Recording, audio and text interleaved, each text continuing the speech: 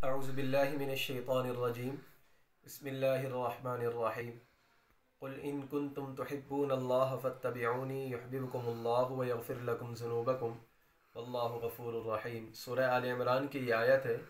अल्लाह तबारक व तआला फरमा रहे हैं कि ए मेरे महबूब, आप फरमा दीजिए कि अगर तुम अल्लाह से मोहब्बत करते हो तो मेरी इत्तिबा करो। अल्लाह तबारक व तआला तुम्हारे साथ मोहब्बत करेगा और तुम्हारे गुनाहों को माफ़ करेगा, और अल्लाह तबारक व तआला माफ़ करने वाला और रहम करने वाला है।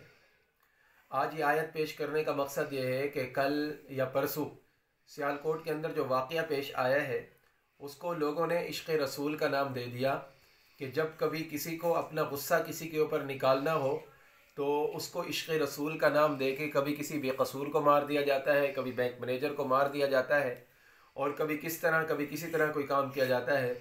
तो याद रखें कि इश्क़ रसूल का नाम देकर किसी को मारना, ये इस्लाम के अंदर इस चीज़ की बिल्कुल इजाज़त नहीं है।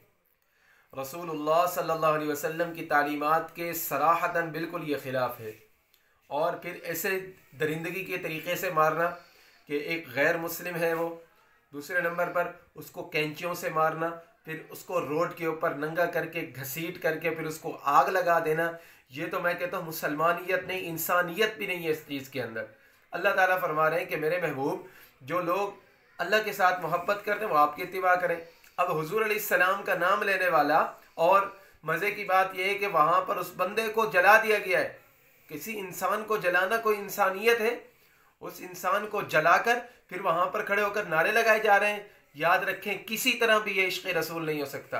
अपने अजीज़ मुल्क पाकिस्तान के अंदर कानून मौजूद है, अगर बिल फ़र्ज़ी वल महाल अगर उसने उस बंदे से ये गुस्ताखी हुई थी तो आप कानून को कहें, आप पुलिस को कहें, उसके ख़िलाफ़ एक्शन लें।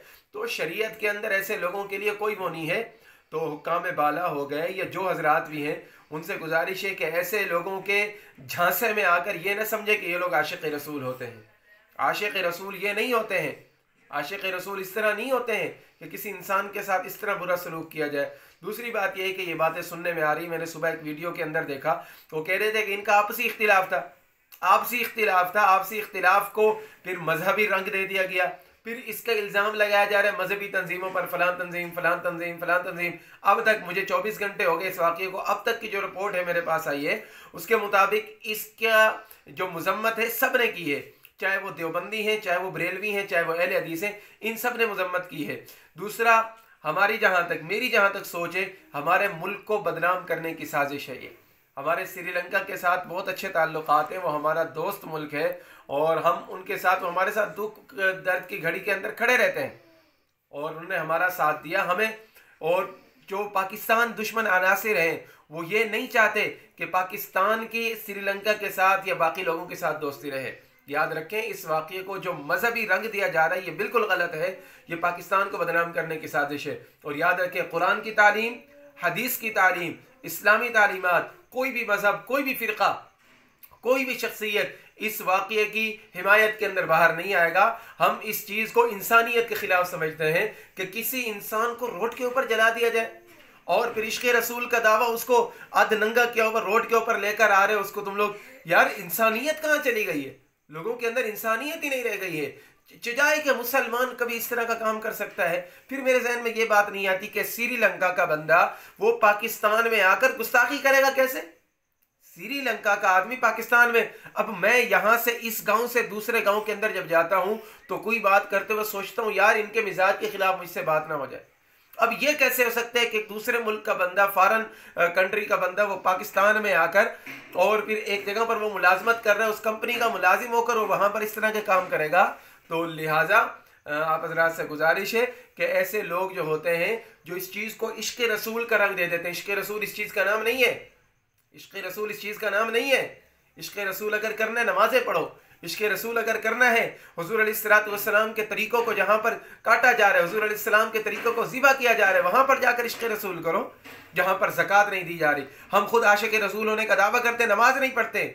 आशिक़ रसूल होने का दावा करते हैं, हुज़ूर अलैहिस्सलाम की सुन्नत चेहरों के ऊपर नहीं सजाई हुई है। आशिक़ रसूल होने का दावा करते हैं, ज़कात नहीं देते हैं। आशिक़ रसूल होने का दावा करते हैं, रोज़ा नहीं रखते हैं। आशिक़ रसूल होने का दावा करते हैं, हमारे अपने घरों के अंदर हमारी ज़ात के ऊपर 5-6 फीट का यह जिस्म है, इसके ऊपर हम दीन को नाफिज नहीं कर सकते, तो हम कहाँ के आशिक़ रसूल हैं? इसलिए मेरे अजीज़ों, अगर इश्क़ रसूल सही तरह से अपनाना है, सही तरह से देखना है, सही तरह से उसको करना है, तो सबसे पहले अपनी ये 5-6 फीट की जो बॉडी है इसके ऊपर, अपने आप के ऊपर दीन इस्लाम को नाफिज करो।